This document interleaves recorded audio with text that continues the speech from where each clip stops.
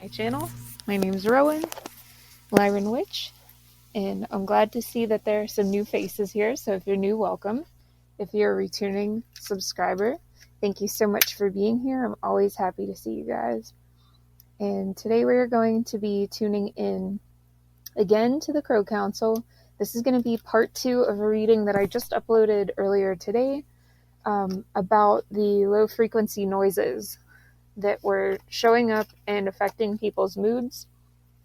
And Spirit directed me to do a part 2 to that reading. I wasn't originally intending that, so I'm not actually sure what's going to come through on here, but we're going to tap in with the Necronomicon Tarot and just see, what channels through.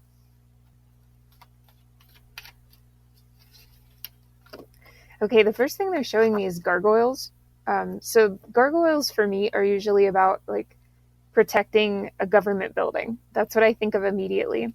And I do get the sense that with this message that there's a protection of something, like trying to keep people out of certain areas using these noises. The real thing that they wanted me to tap into today is actually how these energies affect the greater ascension process of the planet, and why the powers that be have decided to leverage these energies leverage these noises that way, I should say. So we have the Two of Pentacles, Queen of Swords in reverse, Ace of Cups reverse, and the Hierophant. The Hierophant talks about a religious leader. So for me, I'm really taking this to mean churches and how they actually back the government in a lot of ways, because there's a lot of, especially conservatives, that have place in government. There's not as many liberals that are really ingrained in church structures for a lot of reasons. And both of those parties, just for the record, are terrible. Neither party is good. They're the same thing, just two different sides of the coin. So don't get it twisted with that. So with the Hierophant here, I do have the lighthouse and the moon showing up here. So it's like they're trying to direct somebody's attention away from the rocks. Okay. In this sense, I'm actually reading this as a reverse lighthouse, because there's this monster in here. And I'm seeing this more as this monster wanting to attack the ships. So it's the lighthouse could potentially lead the ship up to the rocks, get it capsized, and feed the monster. And that's sort of what I'm getting with these government buildings that they were talking about, this being the gargoyle, so to speak. There are a lot of government buildings, I've been told by Spirit, that actually have occult entities sort of baked into them. And what I mean by that is the actual stonework will show specific sacred geometry, or in this case, not so sacred geometry. It's a summoning for certain beings. And of course, it's not every building, but a lot of these very old structures, and even some new ones that are associated with specific organizations, have that energy. And in the same way, they also have guardian spirits. Okay, I'm getting it now. So it's with this Ace of Cups here, I'm seeing this as these agencies sort of spilling out these noise, this low vibrational noise that's out of the hearing range of people, so that it feeds into these energies, into these entities that are guardians or protectors of certain things. It's the stay out energy happening. With the Queen of Swords in reverse, that's an energy of defense, and often very hostile, offense if somebody missteps, if somebody does the wrong thing, right?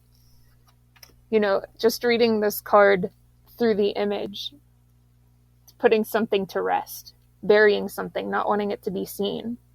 And there's this, with the Hierophant here, there's this figure that kind of is dressed like a priest or a religious figure that's actually watching the, oh my God, it's literally a gargoyle. I didn't even notice that. Okay. I wasn't even paying attention to that aspect of the card, but there's like this religious figure and there's this gargoyle like putting this to rest, burying somebody, again, under the moon. And I am being drawn to the two phases of the moon as well. We have the full moon here and then the waning crescent. Okay, let's see what else.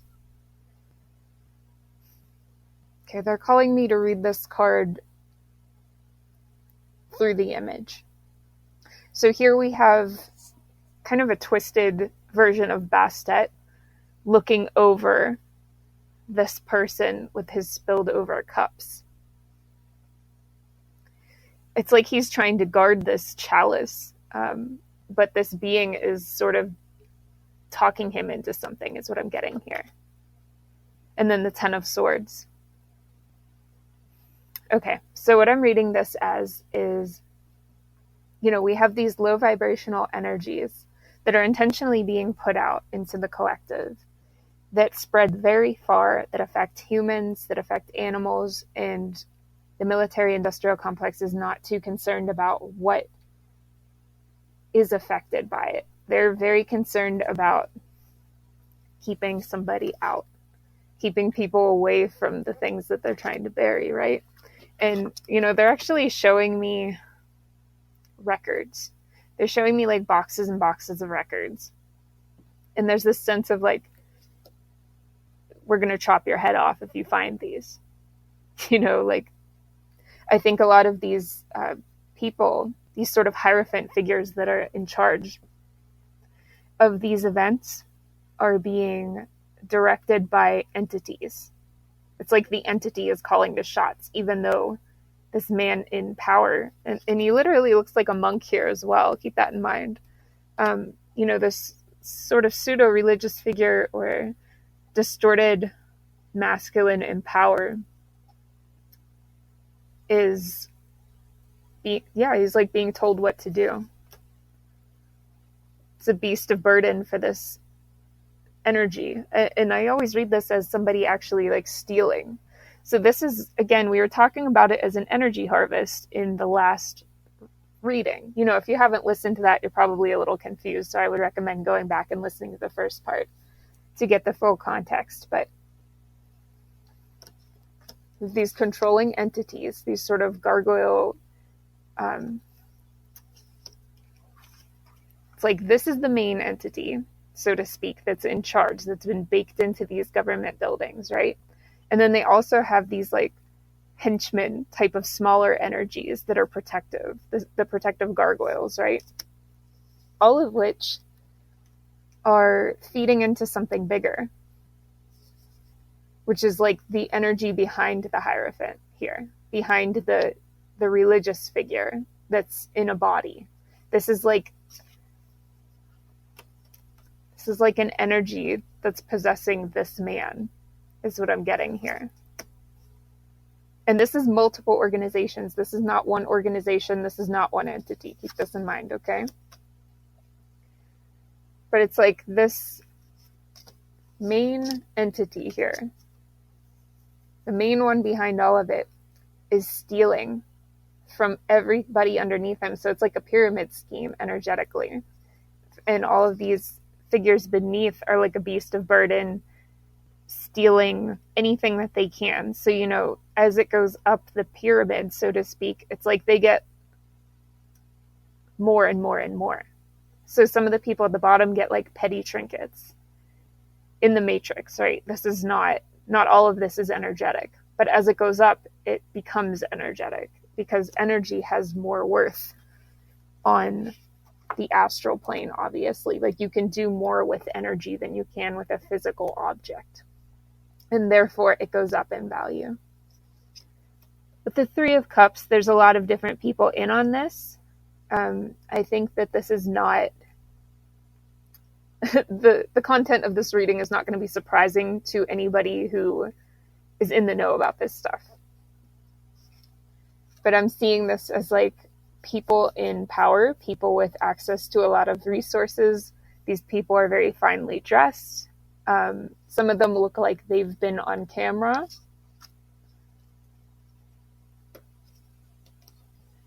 And, this is actually I love this deck because even though it's very dark, it always gives it to me straight.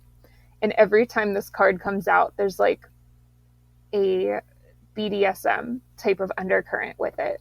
This coming up in reverse as the Knave of Wands is like a very distorted sexual energy.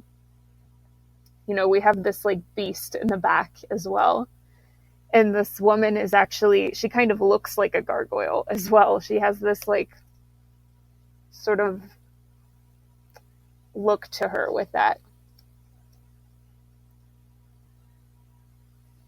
They're showing me that a lot of these people that are in power, that have access to resources that are frequently on camera, like these sort of celebrity figures, so to speak, have this very distorted sexual energy,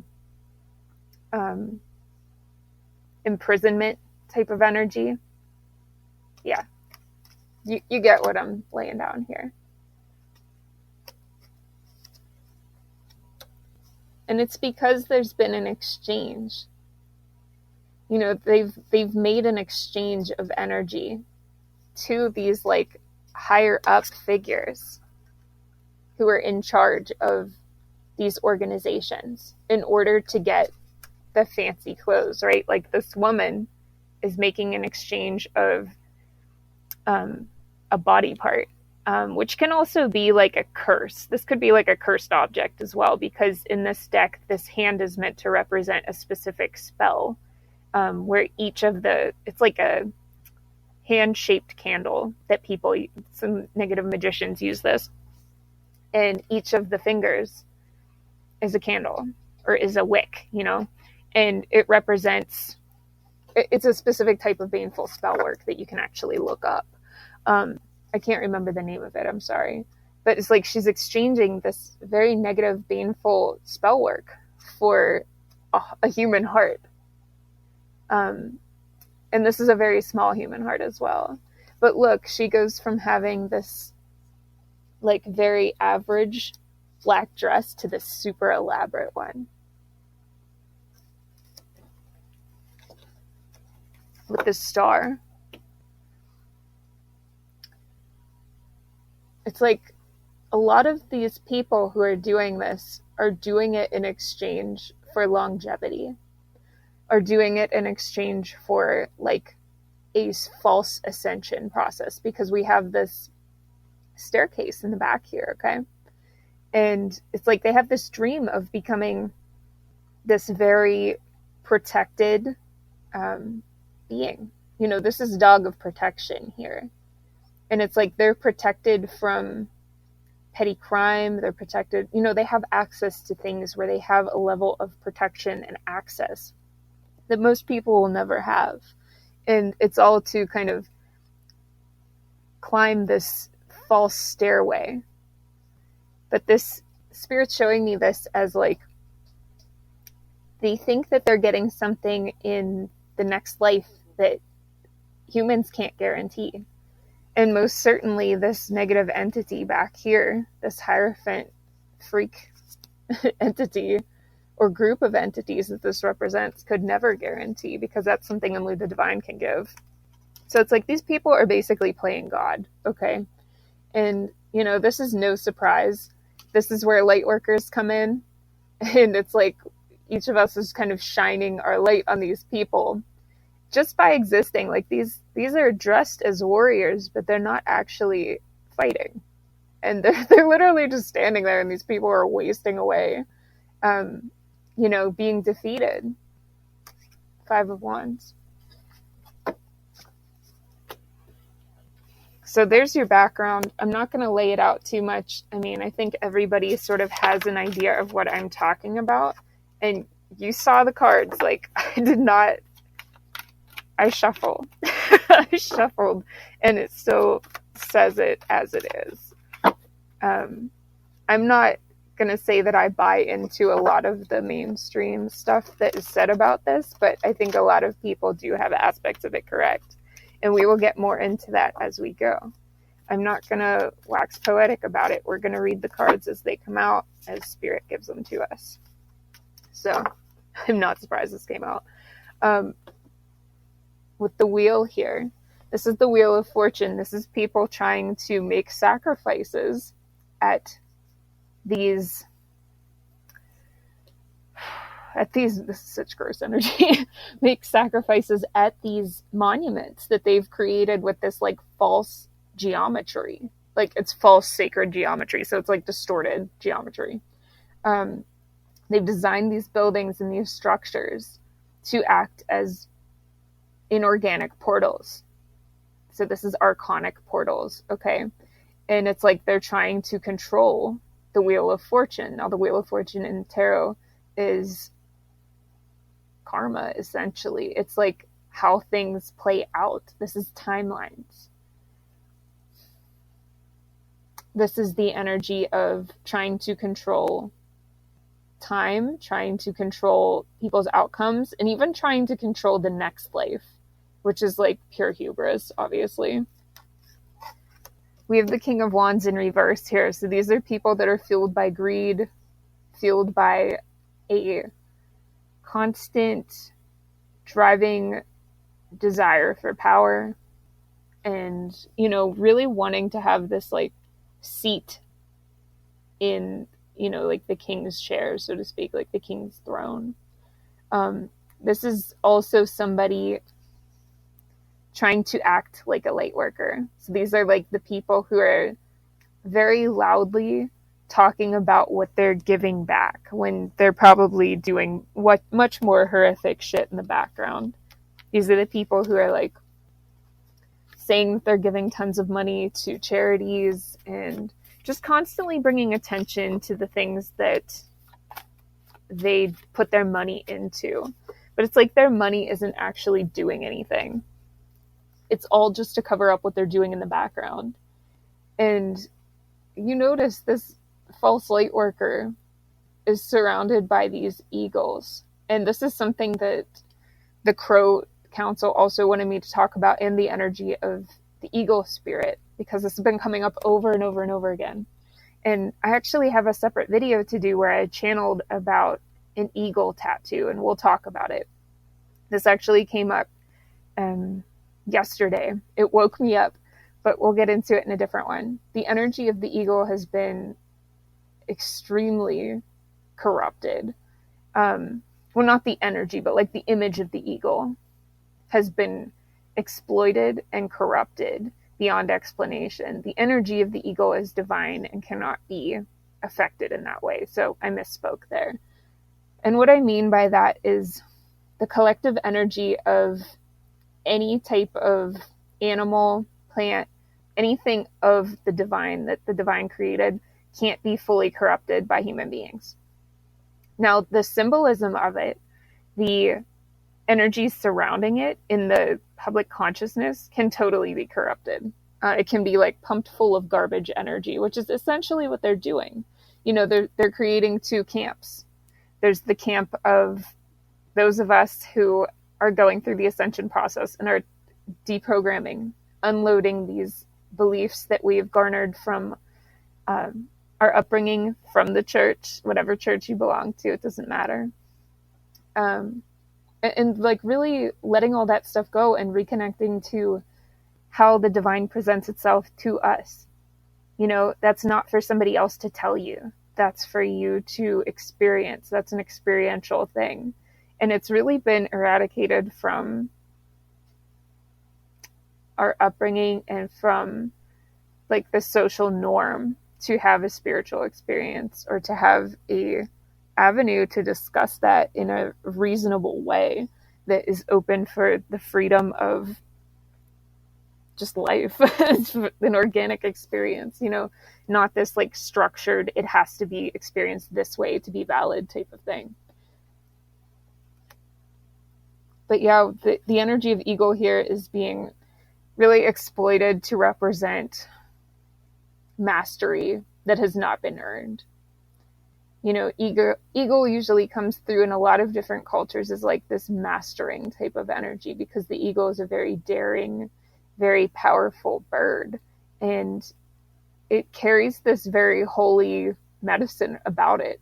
And for that reason, a lot of different cultures going back through time have really tried to only capitalize on that aspect of just exploiting it in their spell work, in their occult practices for victory and for, instead of the mastery process, because mastery requires process and requires practice, just exploiting that for victory, just completely wiping that out, turning it into something that becomes overpowering and devouring.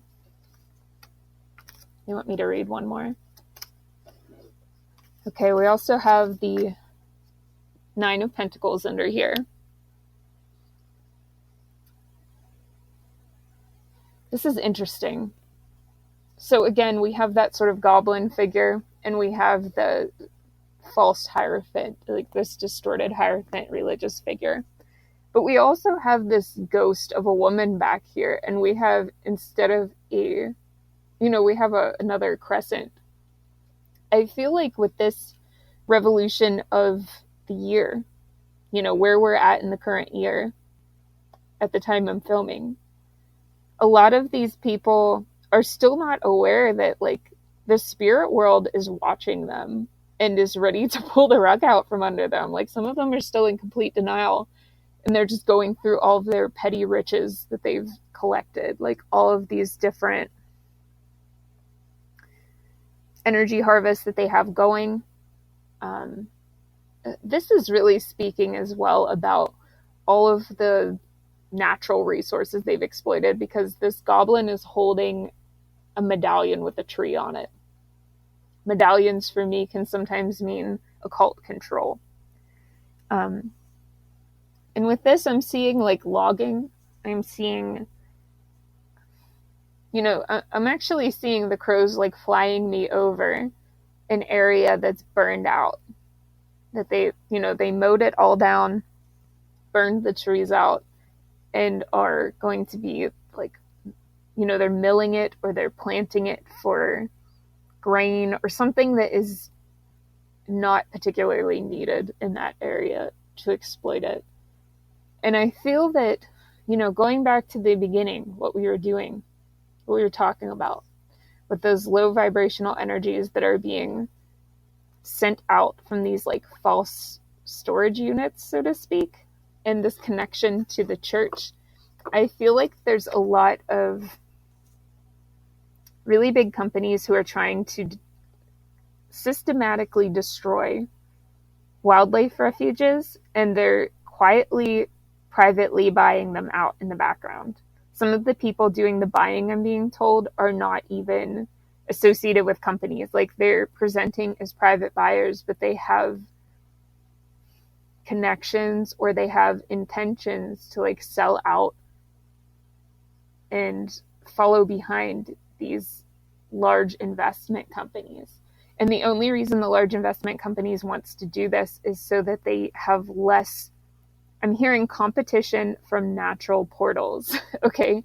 There's this ultimate goal that a lot of religious institutions have, and you won't hear this from too many people, but they really want to bring specific entities into the physical world. And that requires portals. And if you have the wrong kind of portal, it takes the opportunity away from you. Ace of Pentacles. So they're trying to create their own opportunity.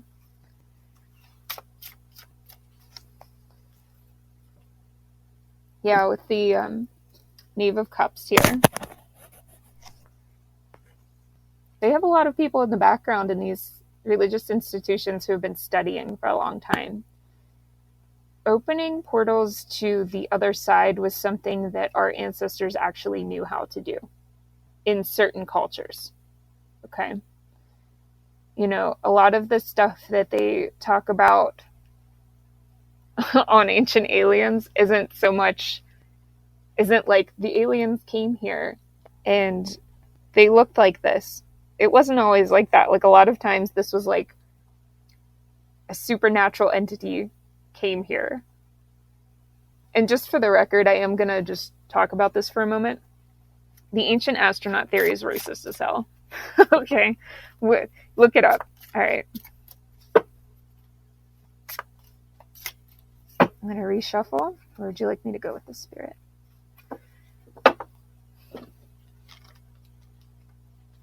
They want me to talk a little bit more about the portals. I'm also going to switch decks here. Okay, so for those of you who don't know too much about portals, this is a mainstay of my practice as somebody who's very dedicated to working with the Earth's energies and working with the natural world. Portals are energy centers that can form naturally or can form unnaturally.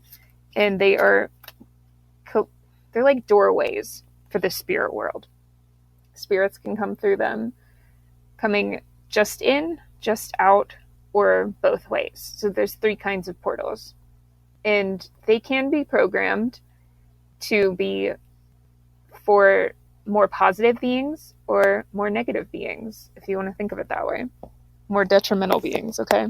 And right now, the energy ecosystem actually has a overgrowth or like a boom of more parasitic and predatory energies. So these are like demonic energies, if you want to think of it that way, or if you want to categorize it that way. At the moment, like that's what's happening. And, you know, religious institutions get a lot of power from exploiting their connections with these ancient entities. Not every institution is negative, but I will say if they have more money, they're probably pretty negative. Just always follow the money with that stuff. With productivity, this came up in reverse, and this is a very like natural world card. So it's like the Earth is saying basically that she's having trouble regrowing at the rate that she's being mowed down. So this is not really news to anybody, I think.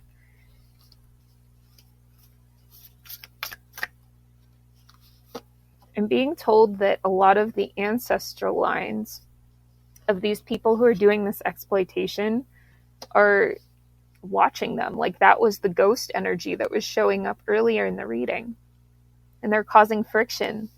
They're starting to make things go wrong. They're starting to reduce efficiency. Again, this kind of idea of somebody holding a pentacle here.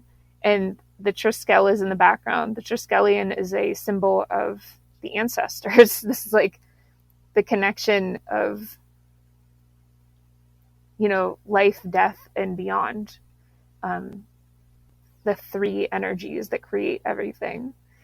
And, you know, I get the sense that their ancestors are actually like watching this and trying to act as a barrier as much as they can. And they're actually reaching out to other light workers. So if you're a medium, you might have people that you've never met before kind of showing up. And again, showing you like these fragments of information. And this woman's holding her hand up like, I don't know if I want to see this, right? Like the hand is healing. This is where your healing energy comes from. And without having an eye on it, Spirit is asking you to watch where your healing energy goes at this time. Think about where you want to direct it. A lot of birds on here as well. The bird kingdom has been extremely active with a lot of people because they're trying to form an army of people who understand what's happening in the human world, because there are already a lot of animals, if not every kind of animal, is in on knowing what's happening on Earth right now, because Earth is extremely connected with all of the beings on it. Unfortunately, humans are very fickle and very distracted, easily distracted. With patterns in reverse, this is something that humanity really struggles with. It's like we struggle to see the patterns that our ancestors went through. Like our ancestors tried to act against nature and see themselves as people who could control everything around them, and it doesn't work. With ready but waiting, look, there's a woman holding a bird. You can't make it up. I just said the birds were trying to work with us on this. They want to assist. They don't want us to repetition. They don't want us to repeat what our ancestors did. These are literally the horses that were drawn on cave walls. Like all these ancestral beings in the background that are aligned with the light, because not all of them are. But all of the ones that are aligned with the light are like, oh my God, we need to fix this. And I just keep hearing like, time is running out. Time is running out. That's what they're saying. And that's not to strike fear in anybody. It's, wow, you can't make it up, to bring perspective. And this woman is literally holding the earth. So many birds. It's like little birds everywhere.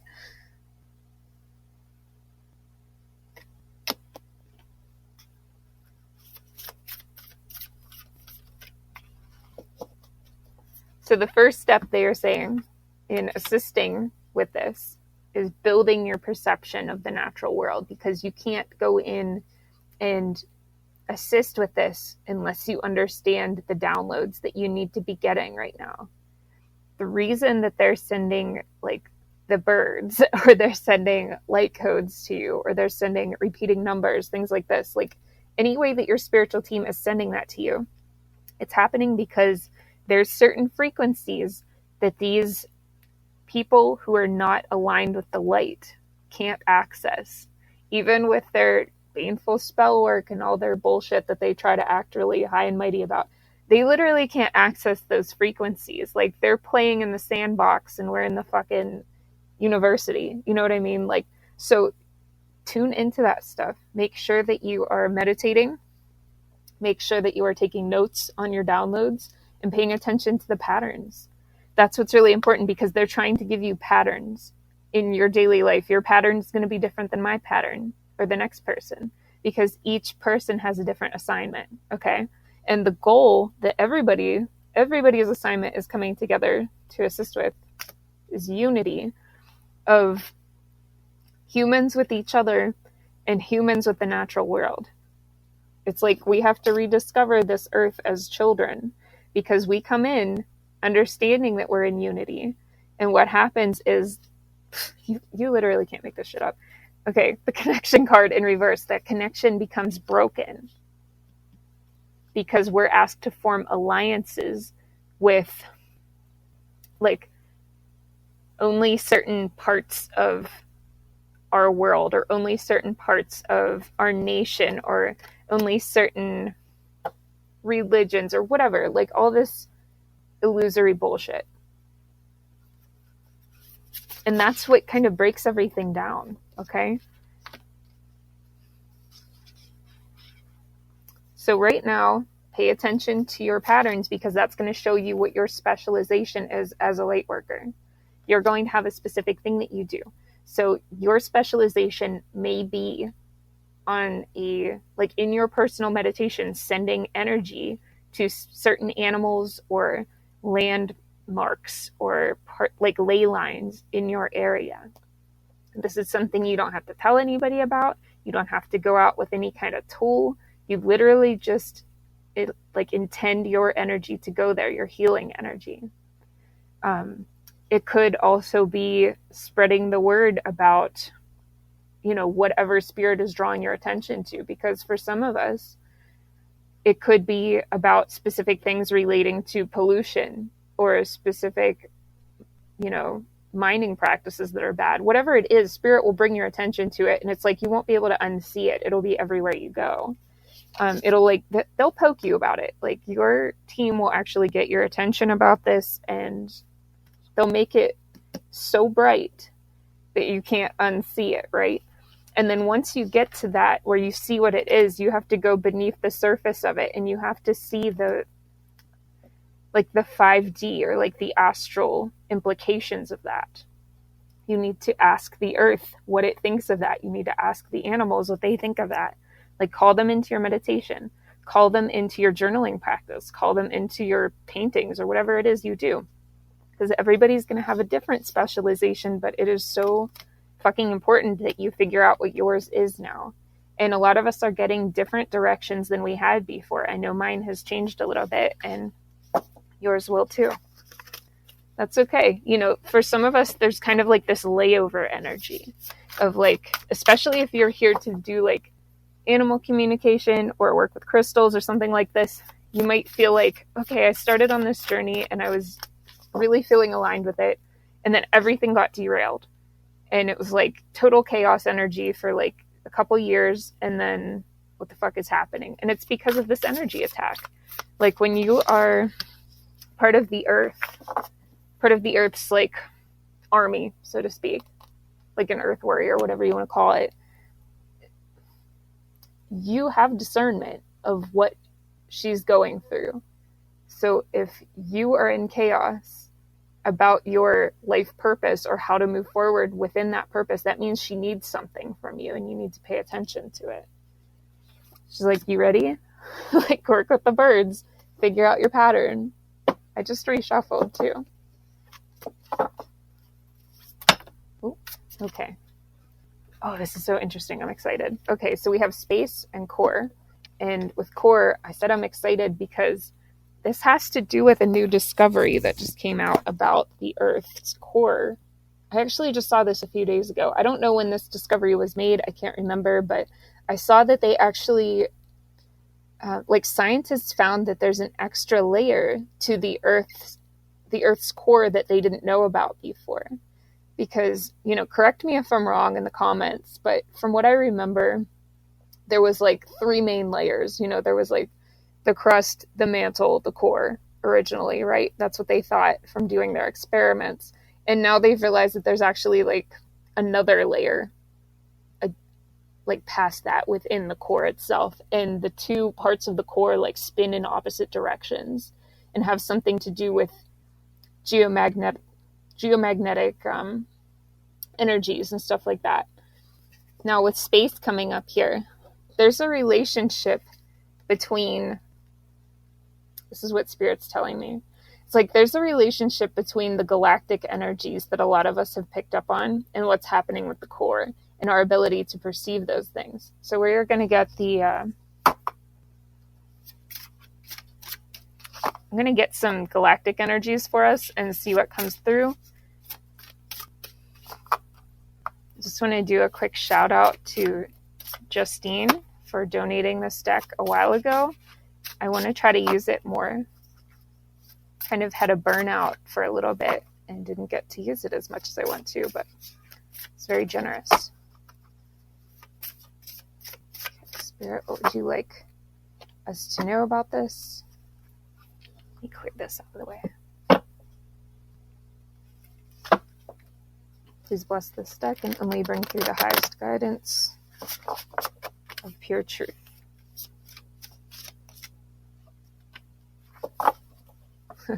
Okay, so you're literally just talking about the core.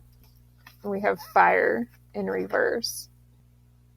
I'm getting this has to do with cooling in some way. Like this may have to do with with global temperature in some way. Because we also have one second. Oh, wow. Okay, I just opened the deck as well to revolution.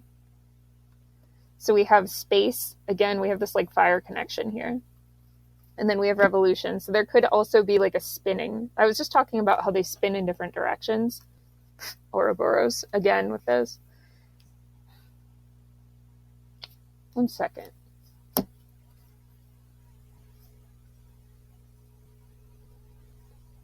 Okay. I understand what they want me to know here. I'm reading this Ouroboros as the dragons. And if you've been with me for a minute, you know that one of the energies that guides me in this life and probably all my others is the energy of the dragon. Okay, and the dragons are like the guardians of pretty much all of the natural world. So space, time, nature, the elements, whatever. And I'm seeing this gold dragon here that's around this core. So this is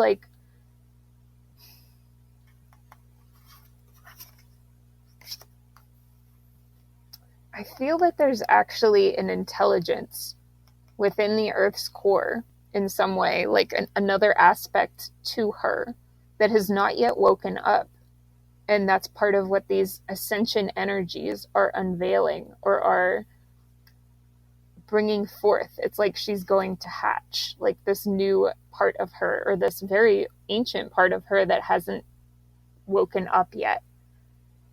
you know, every time that somebody talks about the ascension energies of the earth, they're like, oh, we have to get to like the higher level. The earth is raising her energy again. And I've always kind of felt like, okay, for what? But this is the first it's really like clicked for me, actually. Like, even with all the work I do with the earth, I feel that she has this like another, like a separate extra consciousness. This is so interesting, like almost a child. This is either like a twin of her that has been dormant, or like her growing into, okay, it could be one of two things. It's either that this is like the earth is in her inner child right now, and this is her adult that's about to like come forth and heal and come out, and the dragons are like protecting this part of her, and they always have been. With this gold dragon here, this is like an angelic dragon. This is an angelic protection that is surrounding this aspect of her that is very powerful. This is like divine justice energy that this dormant part will bring forth. And it's a very good thing if you're on the right side. Okay? And that's sort of what these negative forces on earth are trying to prevent, because this divine justice, like her waking up, means they're done. You could also think of this as her child, like her daughter waking up. And this is like her gift to the universe, in a way. Like, that's the fruit of her ascension process. But we're getting much closer to this aspect of her waking up, and this gold divine dragon like assisting with this energy, you know, with this girl inside the Ouroboros. She has a tail that matches the dragon. So it's almost like she carries this protective, ferocious, powerful aspect of the dragon within her. Like, she's this very delicate, gentle being, but she's also able to defend herself. So the earth, you know, she defends herself in a very specific way right now. But this is like her being able to step into her power when this part wakes up. And when she's able to do that, people won't be able to take advantage of her anymore. You have to be in step with the earth for her to accept you and not take you out with the power of the dragon when she wakes up. That's why so many of us are being called to learn about living in step with nature. She's preparing us.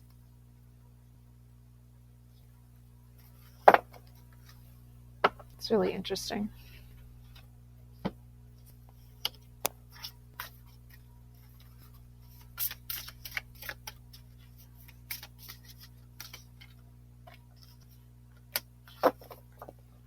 All right, let me see what else she's going to talk about here. I'm being told to keep revolution out. I'm also being told to bring out time. Now, the first card that's up here is Starseed, self, memories, and identity. Again, we have that crescent moon here. When is the next crescent moon? There's something very significant about when the next crescent moon is. Bear with me, guys. I know you can't see me, but I'm going to Google it.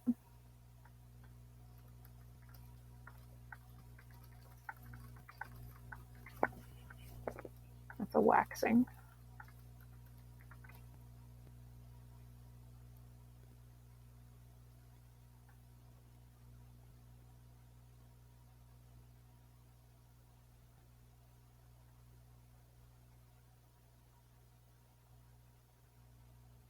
Okay, so we are currently, at the time I'm filming, in the waning crescent phase.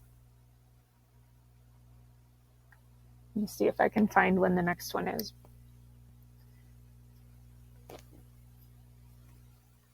Okay, my internet sucks here because I'm in the middle of nowhere, but listen, the next waxing moon, and in general, the waxing moon from here on out, from the time I film this, whenever you are watching, is important. this is a time that I want you to practice. And really, Spirit is instructing you. The earth is instructing you to practice connecting to portal energies. Look, this person is just chilling here, and they're like gazing into a portal. And there's another portal outside, literally in the dark, but the moon is in the house. Okay, their pets are with them, the plants are with them, they have like their partner with them, whatever. And they're like sending out this rainbow energy here. There's a lot of cats around as well, which is divine protection from interference. So you will not be interfered with if you do this practice during the waxing moon. Okay? So during the next waxing moon, and in general from here on out, practice opening portals. If you don't know what that would look like, I want you to sit down with your guides and sit down with the earth and ask her to give you a meditative process for opening portals, sitting with portals, sensing them, interacting with them. Please look back through my YouTube, because I talk about how to sense ley lines and portals and energies in nature in a lot of detail in a nature video that I did. So you can go back and look at that. I talk about like how to walk your dog through them and stuff like that, like just different practices you can do to connect with the energies of the land. And I think that will really support you. But in general, I know a lot of people who interact with my energy are under psychic attack and, you know, feel spiritual warfare because you're connected to the earth, because you're a light worker. And there's a lot of attacks going on right now from all these like bullshit, distorted Hierophant energies. However, do this practice. This is a protected practice, is what I'm being told. You know, like the moon is coming down here to instruct you. So ask the moon to show you this during its waxing phase in particular. And if you have a cat, sit down with your cat and ask them to show you. You can also do this with a dog, with a bird, any kind of animal will show you this, but cats are extremely proficient at portal work. More so than other animals, because that is how they astral project whenever they are napping. Okay, whenever cats nap like this, they are actually traveling in the spirit world, which is why they're such good protectors of the house on a spiritual level. Dogs are like, you know, they're watchers. They let you know when something is going on spiritually, but they protect physically. Cats will actually protect spiritually and let you know when something is going on physically. So they're like inverse that way. So yeah, do that practice, because this is going to be very important for striking up balance coming up here soon. You know, especially as that the Earth's daughter like wakes up. It's so cool. I love that. I really can't get a sense yet if this is like actually a daughter energy or if this is like her next phase. I almost want to call it her daughter. Like I'm being pushed into that because it's like she's being reborn into like a new generation. Okay. With the time card here, literally again, a waxing moon. And we also have somebody holding a portal. So in the same way that you can do, it's called PSI, PSI practices. And you can Google that if you want. I'll try to do some videos about PSI because it's something I work with a lot. And it was a foundational practice for how I started long before I knew about Reiki or anything else. PSI is the practice of moving energy and being able to like make a ball of energy in your hand and manipulate that. It's the foundational practice for creating a servitor, which is like a programmed form of energy that can go and do things for you. Things like that. Different like energy constructs. It's having more control, conscious control over your energy. And as a creator being, this is a really important practice because this is the lineage that we've been provided by the divine. Like, we are being asked to step up as stewards of the earth and use our creator energy to send healing, where it needs to go in a very specific way, and to support the earth with all of this. Yep, here's the cat energy. We got the Lyrans here. If you're not familiar and you're kind of new here, I took the name Lyranwitch because I've had a lot of encounters with the Lyrans, not just with light ships. Like, I've actually had experiences with them. And I won't get into that here right now, but the Lyrans are the galactic cats, okay? They work with light codes a lot, which is what this is meant to represent. And their faces really don't look that creepy, so this is a weird one. I also like that he has Rasta colors for no reason, but it kind of fits.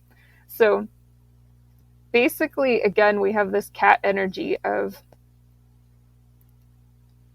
being the spiritual protectors, being the ones who notice when things are happening and go out and astral travel and take care of it, or go out into the woods and do your light working, or go out into the desert and figure out where the energy feels weaker and send some energy there, or, you know, talk to the spirits there and ask what they need. Like, this kind of work is very like boots on the ground and not so much just like kumbaya stuff anymore. Like, they really want us to go out and do things.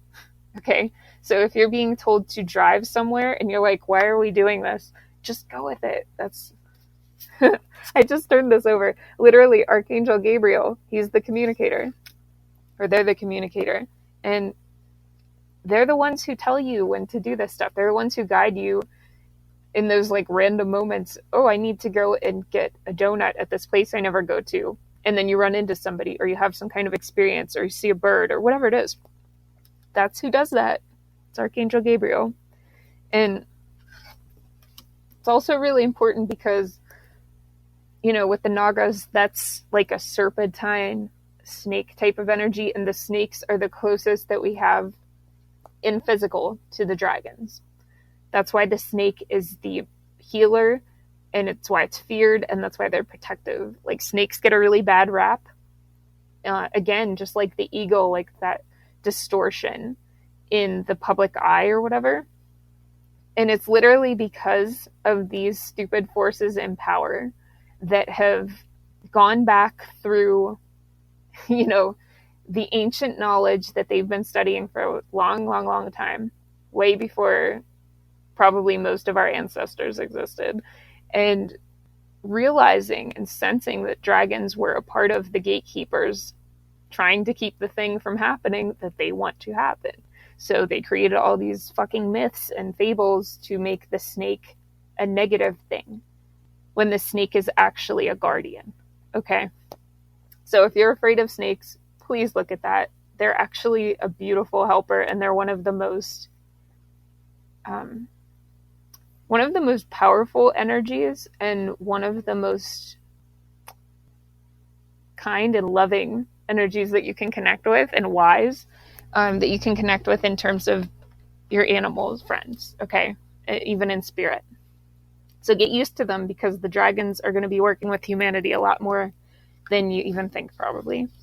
Also, with the Nagas coming up here, this is relevant as well, because for a lot of people here, there's been like all these setbacks to finding divine partners or partner, you know, whatever it is, because some people actually like resonate with more than one soulmate, and some are just one. You know, there's not just like, we won't get into twin flames here, that's a whole nother fucking thing. But you know, whoever your divine partner is, we'll use a singular for now. Some of you have had a lot of setbacks with that, and it's really important to like tune into this powerful energy, because this is a part of unlocking what these negative forces have been blocking from you.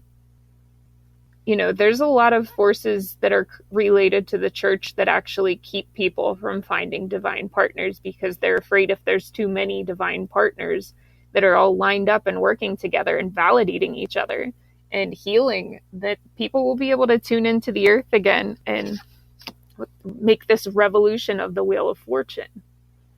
That is realizing that the time is over for all of these archonic portal energies, all of these energy harvests that are being set up to ultimately try to bring very parasitic and very predatory spiritual energies into the physical world in one way or another.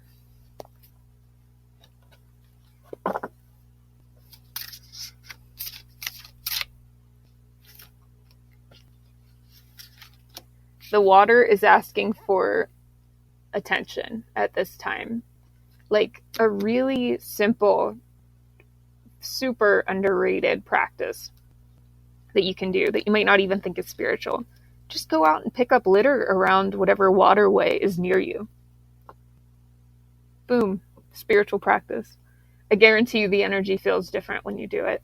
That's a good way to notice. And with the Agarthans here, this talks about manifesting multidimensional perception and attunement. This is like this sort of energy of being in touch with nature. Like they live in a cave here. They can manifest portals on command, meaning they can open positive divine portals and rebalance nature as needed. They have their stuff that they grew here. They have animals that have gone extinct on Earth, meaning they're not like putting animals out of existence.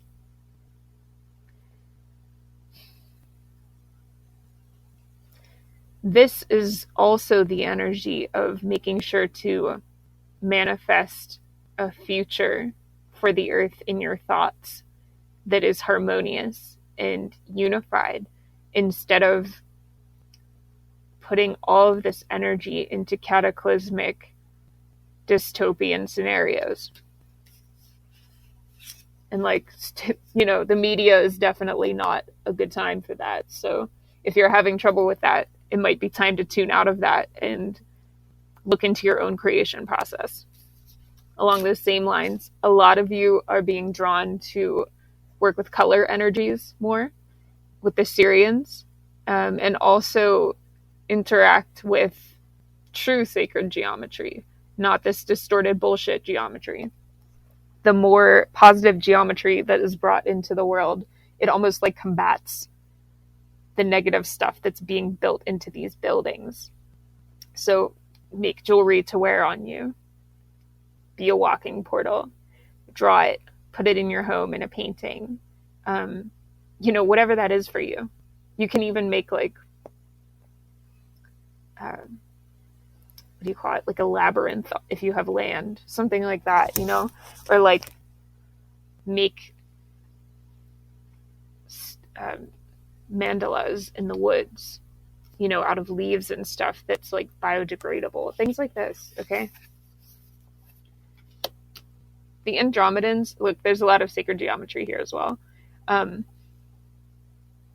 Andromedans as well are going to be assisting humanity a lot more than they already are. Some of us are already connected with them, or maybe just straight up Andromedan starseeds, although a lot of people are mixed. I know I'm like a mixed variety of energies. And it's just all about how many different lifetimes you had. And that's not to like act like there's a hierarchy, because there's not. Okay, but anyway, the Andromedans are, if not the most ancient, like one of the most ancient energies in the universe. And they bring this stability of interacting in the spiritual realm, and this unwavering understanding that this is a real thing, that this is what we're dealing with. And that stability is very important for manifestation. So if you're really struggling with that, highly encourage you to get grounded and tune into the angelic Andromedans. When you are asking for any kind of otherworldly entity to show up, indicate that you want them to be aligned with the divine or the angelics, because there are very baneful or negative ET energies out there as well. Just like people, So be aware of that. Although there are some from other places that are ascended masters, and that's what you want to interact with.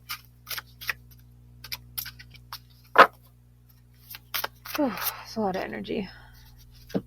Oh, we're getting into this. Okay. Oh, I could do 100 videos on this. This will be something that I'm covering a lot more in not only this channel, but just generally in my practice and what I share with the collective. Gang stalking. Yeah, a lot more people are dealing with this than you'd think, myself included. There's so much I can say about this, but if you are experiencing that, you're not crazy. It's, this talks about the Men in Black, but it goes so much deeper than that. Like, it's not usually a Men in Black scenario. They do exist. I will say this.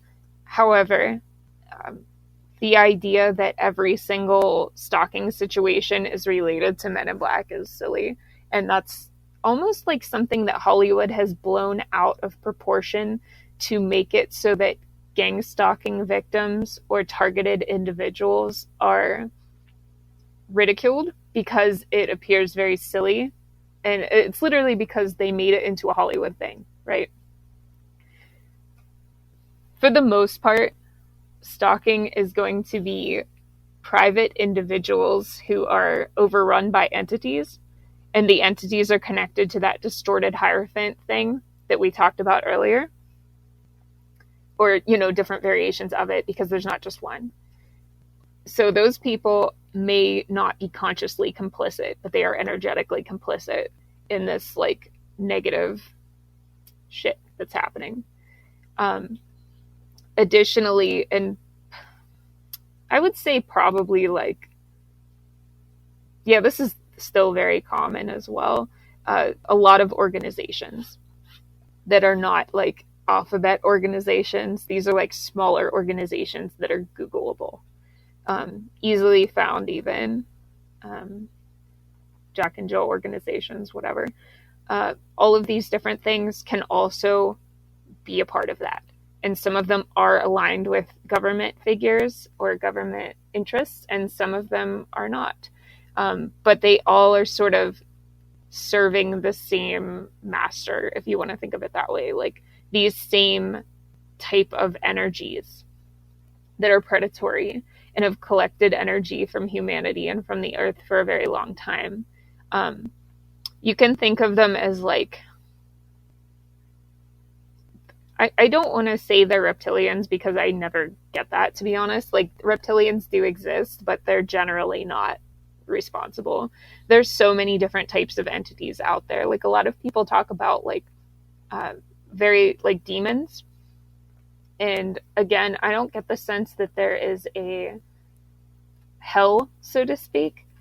But there are definitely, like, energies that are predators. And there's, like, almost like a species, like multiple species that are all sort of predatory on energies that we consider negative.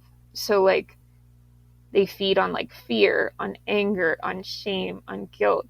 And that's why these humans kind of farm that energy out of the lower class or out of people that don't have as much access to resources, is so that they can like feed these entities that are giving them things in physical, because these entities have control over certain aspects, right?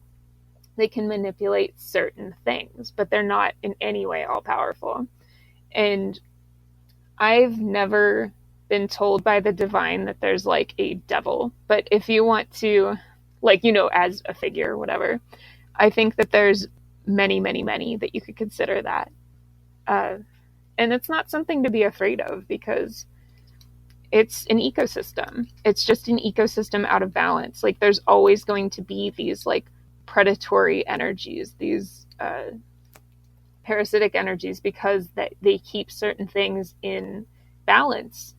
However, whenever there's too many of them, it obviously throws everything out of balance. And whenever humans get greedy and then start like almost trying to farm these things, like, farming the entities to get more stuff, more physical stuff in their life, and also like farming the energies to feed those entities.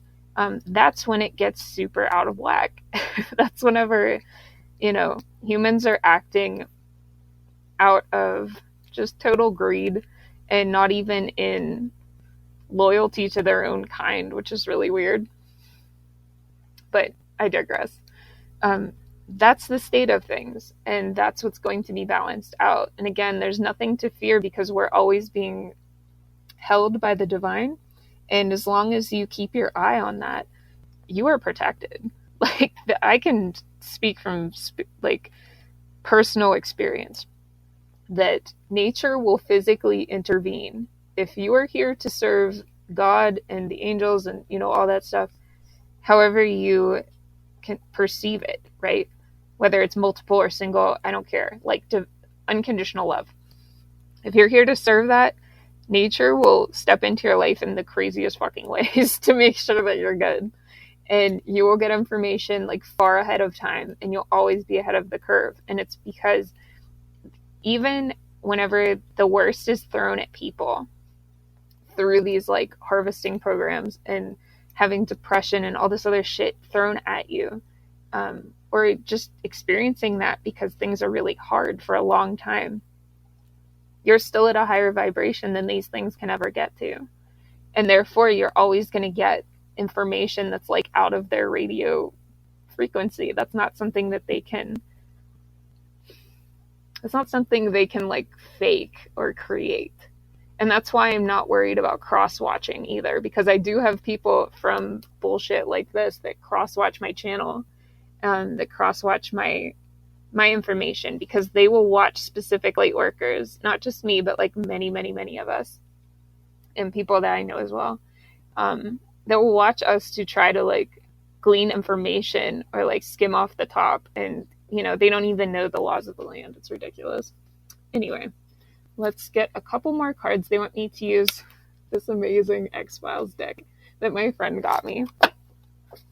It's not an oracle deck or anything. I love reading with weird stuff, and it usually gives me the info I need.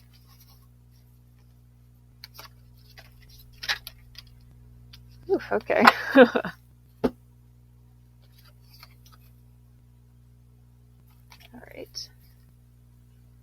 All right, so it has a description of what the, this is basically like cards about season 1. So I'm going to read what the back says about this episode. Mulder contends that perhaps through a genetic mutation, Eugene Toombs is capable of contorting and elongating his body in order to gain access to victims so that he may extract the livers, which provide him with sustenance for a hibernation period of 30 years. The file on Eugene Victor Toombs reveals that his abnormally elongated fingerprint was found at 7 of 19 crime scenes linked to the tombs. Okay. So this is just telling me and confirming that there are definitely like physical experiments being done. Spirit is saying to try to like make people or subjects that are able to sense higher frequencies. And like, of course, it's not working. That's like what I'm getting. There's no way for them to do that inorganically. Okay, we also have whatever this is. I forget this episode. Okay, desperate astronaut Marcus Aurelius Belt is possessed by the mysterious face of Mars after a fateful space mission. Although most astronomers consider the face a natural formation, there are still some who believe it may be the result of alien intelligence. A new space shuttle exploratory team is imperiled by the same ghost-like entity from Mars that has haunted it, Lieutenant Colonel Belt, since his last spacewalk. All right. They're also trying to... what I'm getting from this is that these organizations or whatever are also trying to like create spiritual scenarios in which to channel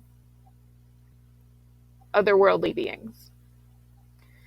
It's like they try to actually, there are actually people who are spiritually inclined that are roped into these organizations or forcefully brought to these organizations, but usually they're raised that way. And I can't say that. they give me info on what I can say and can't say.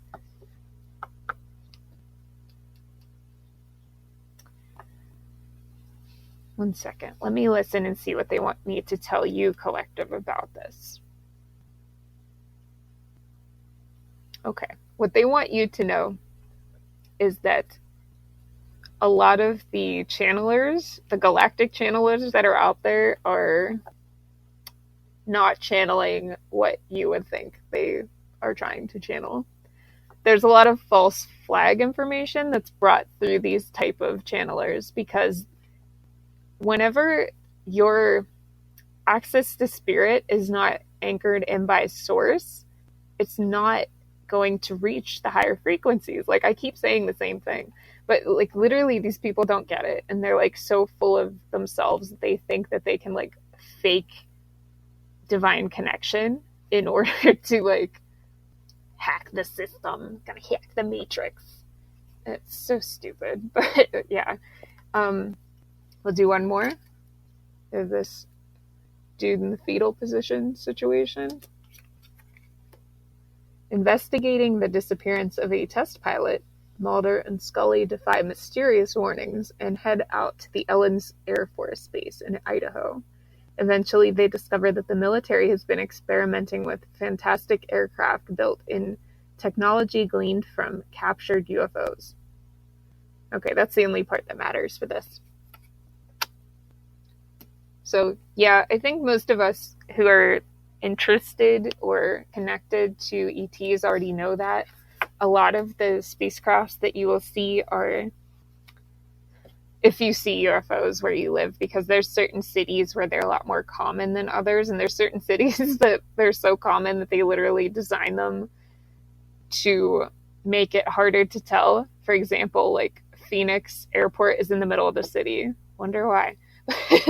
But yeah, these fake aircraft or whatever, basically what Spirit is saying is like, if you feel like you're seeing a light ship, do a quick scan of the energy and ask if it is organic, like if it's real, because there will be attempts to connect with light workers from these sorts of like false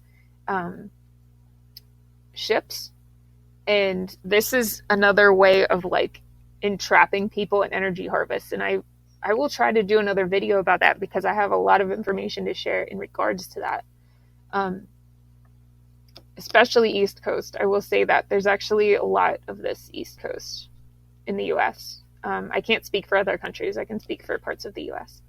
But be aware of that. So ask your inner guidance, ask your connection to spirit, like, is this something that I should have any connection to? And if not, tune out.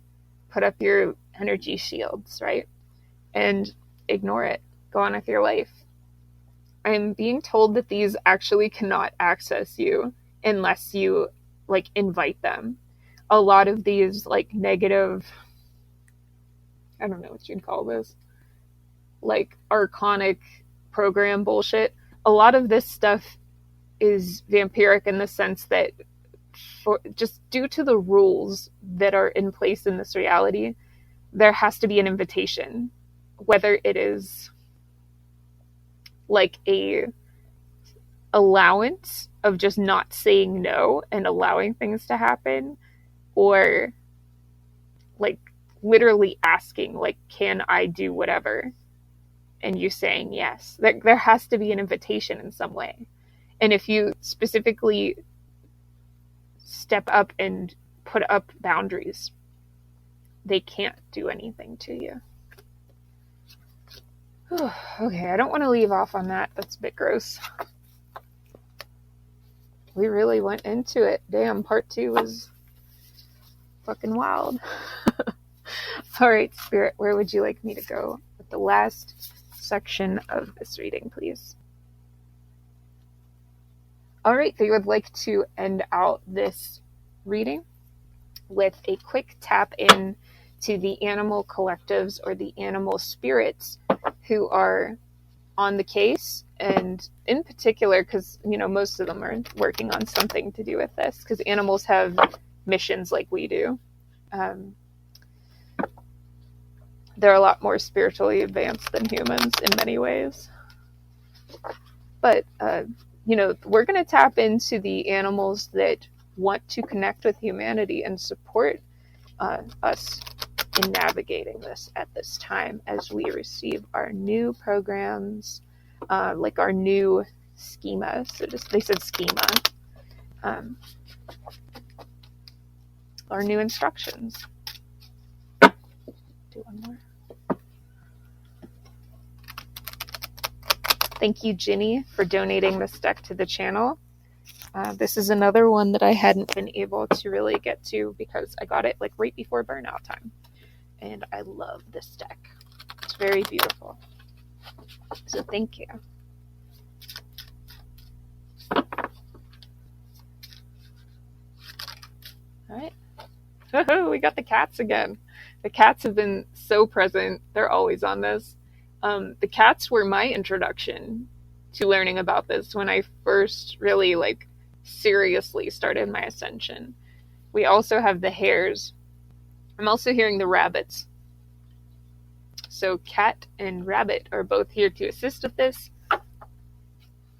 We've talked about cats at length here, so I won't go into them. But with the hares, it's important to look up their folklore. There's a lot of folklore around rabbits and hares that will give you further instruction. That's all I'm being told to say about them, okay? We also have the sacred ibis. Again, look into the folklore. 22, you will get some sort of instruction in regards to divine union. So if that is your focus at this time, or not focus, because it really shouldn't be your focus at any time. It's something that you can be healing, but you should be your focus, even if you have a divine partner already or seeking, okay? But yeah, if you need further clarification in regards to a divine partner, look into and meditate on the sacred ibis and the jackal. Okay, so this is also like Thoth and Anubis energy. Bastet. Correct me if I'm wrong in the comments. I don't believe the Egyptian pantheon actually has a correspondence for hares, but I don't know. I don't know about that. I know that the hare is especially important in Celtic mythology. Okay, 2 more? 3 more, okay.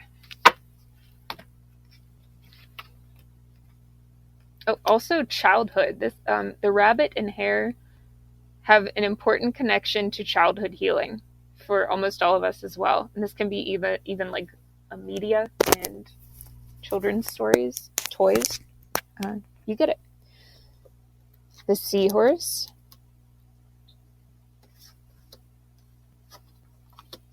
The red-crowned crane. So again, we have a lot of birds showing up. And the ibis is usually about learning. The crane has to do with deliveries. So this can be how you receive your information as well, or receive your divine plans, right? Your instructions. The seahorse is very special, especially for those of you who have connections to mermaids or Mintaka or, any of those sort of like aquatic or marine energies. They're really, I'm seeing a treasure chest. That may have meaning for somebody, but pay attention to that. And lastly, we have the shark. I actually have a lot to say about shark because shark is my friend. The shark has become very, very prevalent in culture and is like, it's funny because shark is such a driven, it's such a driven energy by itself and such an animal that takes no bullshit that it's literally undoing its own distortions in the consciousness right now. So a lot of the reason that people have started to like look up shark and really resonate with shark is because they are reaching out to people very directly. You know, there's a shark week because shark reached out to humanity, not because humanity reached out to shark. They're like very specific about that, and that's why I love them. But they are protectors. They take no shit, and they also will correct you if you're on the wrong course. Like, they will fiercely correct you if you're on the wrong course. And I can speak to that out of experience. So, yeah. That is what I have for you guys today. If you are resonating with this, please don't forget to like and comment. I love hearing if this resonated for you, or if you got anything out of the reading, or even if you have additional information that you'd like to share with everybody here, feel free to pop that in the comments or email me. Additionally, you can reach out to my website if you would like to book a one-on-one coaching, reading, energy healing, any of that stuff with me. I also do animal communications for pets and for tuning into people's spiritual allies in the animal kingdom and assisting with that. So I'm always here for that. The only way that you can book with me is through the email in the description, and my website doesn't have a checkout for that reason. The website will take you to my email, but feel free to check out my website because I have everything written out there. Please decide what you'd like before emailing me. It really assists in just speeding up the process and everything. And yeah, that is what I have for you guys. So I'm sending you so much love, and I will see you in the next one.